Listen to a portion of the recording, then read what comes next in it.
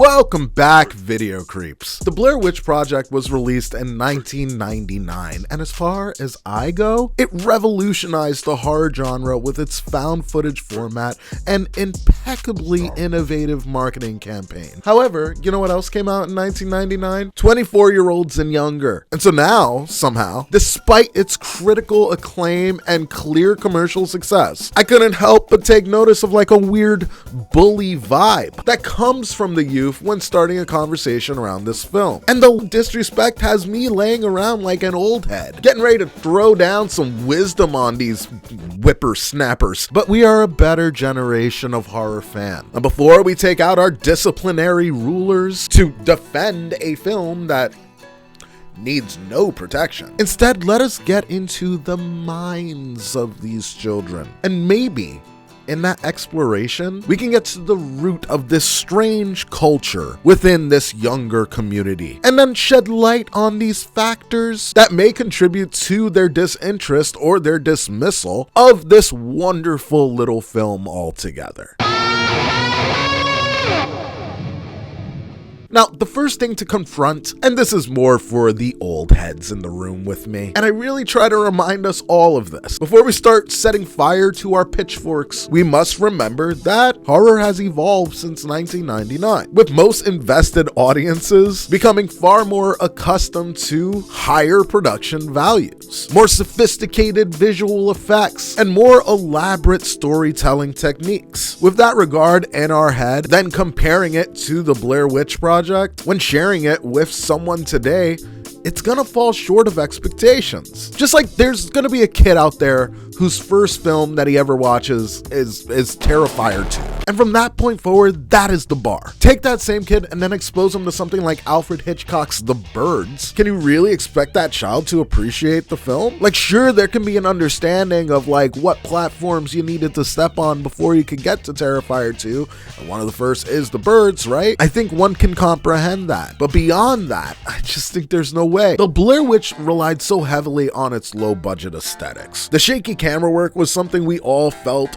was a reminder of how real it was, because it had a stronghold on amateur film tactics. It had this incredible minimalistic approach that at the time actually felt like it could be a found footage film. But today's youth can do all of this and more with the right combination of apps on their phone. And with the internet, they have a built-in library of source material, all the while being exposed to new film. Just a strict diet of these slickly produced films. So how can this be impressive? Trying to explain the raw and unconventional nature of the Blair Witch to a younger generation that has access to any form of simulation they desire at their fingertips is a losing battle. And in that, I think, is the first leading component to the lack of respect for this film. But there's also a layer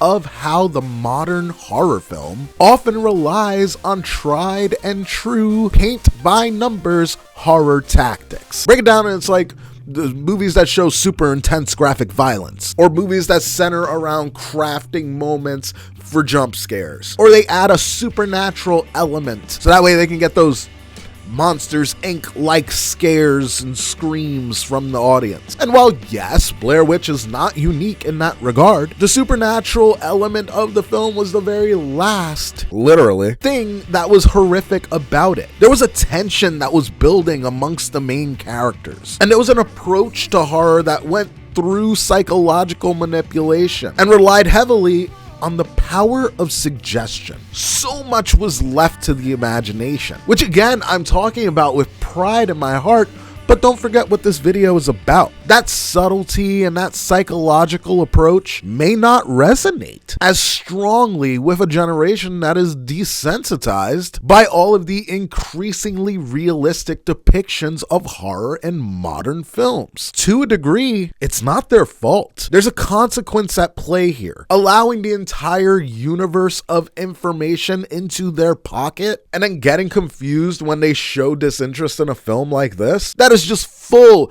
of immediate gratification stop signs, Come on. Now, something that we can't ignore either is a very specific and major thing that comes with the territory of this film's massiveness. The Blair Witch Project, it became such a cultural phenomenon that, like all things, inadvertently led to a wave of parodies.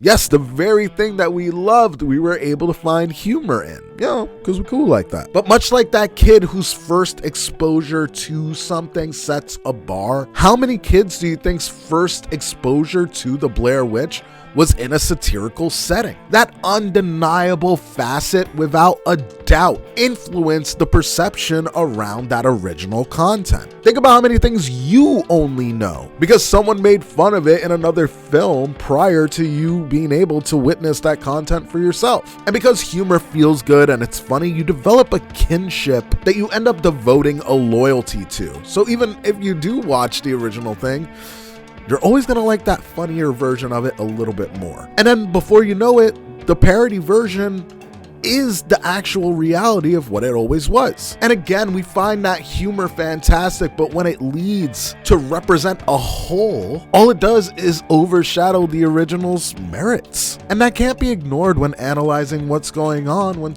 figuring out the feelings surrounding the youth in this film. Now, the world is ever changing. Tech is constantly evolving, getting upgraded and thrown up for the most betterest thing. And let's be real, since the release of the Blair Witch Project, technology in film has advanced significantly. With the proliferation of smartphones and social media, the youth of today are accustomed to a stream of Instagram reels and TikTok fads. And as a result, the distinctive found footage format that once captivated audiences now comes across as less impressive. And how could it not? The availability of more polished and professional looking found footage films, while dope because it builds on the back of this film's legacy, ironically further diminishes the appreciation of the groundbreaking work around the Blair Witch Project. And it's been like that since the dawn of making shit. Like, look at fucking cave drawings and shit, right? At some point, that was fucking the kitty's titties. But at some point, that had to get snuffed out to make way for like oil paintings and acrylic paintings and shit. It doesn't make the cave drawings whack. It just, you know,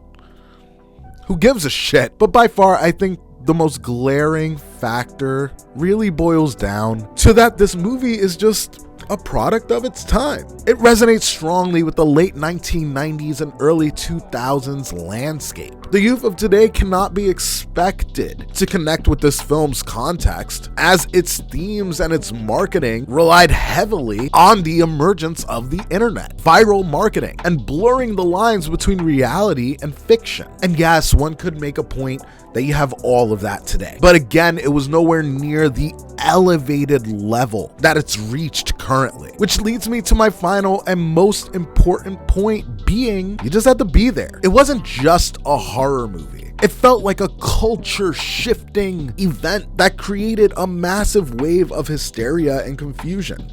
And that's not just something that any film since has even come close to replicating. It wasn't just promoted as, hey, come watch this crazy new horror film. The marketing strategy went out of its way to blur those lines. And again, while not unique now, it presented itself as a documentary-style horror film claiming to be composed of found footage discovered in the Black Hills of Burkesville, Maryland. And like, yo, you believed this shit. The marketing team used the internet in such a, again, groundbreaking way. They created a website that presented the story of the Blair Witch, complete with fabricated historical documents, newspaper articles, and interviews with the locals. Like, if I'm not being clear, I'm talking about a promotional website for a movie that was designed to look like a genuine investigation was taking place, which is already a fuck ton to do, but it wasn't the end of the massive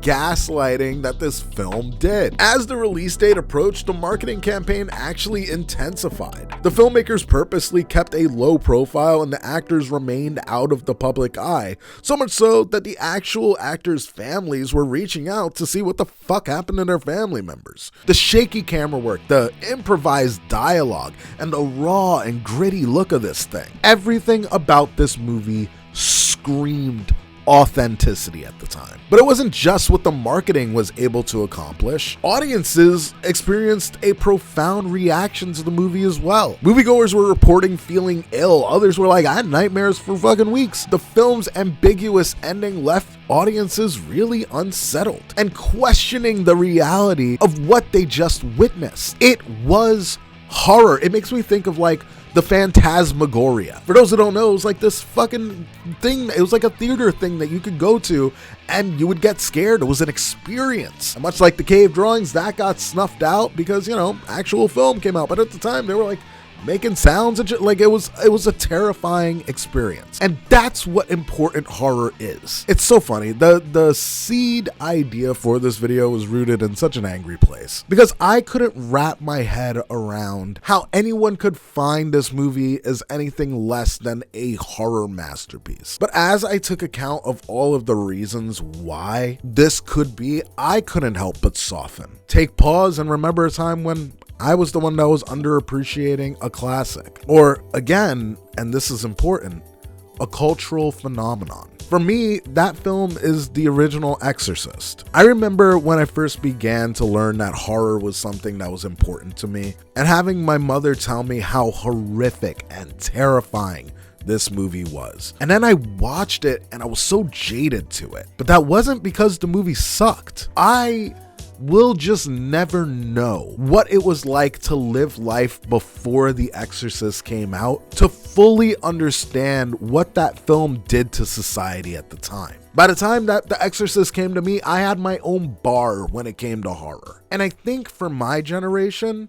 we have that same Exorcist thing, but with the Blair Witch. So yeah, maybe these whippersnappers will never get it, and I think that's okay. But I hope that in their lifetime, they do get their own Exorcist or their own Blair Witch, because having that memory and carrying it for the rest of your life is a pretty incredible thing. So those are my reasons as to why I think the youth doesn't love the Blair Witch Project. If you enjoyed the video, please drop a like, comment on this video to let me know your thoughts, and share it out. All that stuff helps my channel grow and it helps people to find the channel. There's a bunch of links in the description of this video as well, so click a bunch of those so that way you can find your way to my Instagram or my Patreon. Or if you just feel like hanging out right here, check out a ton more of the videos on my channel.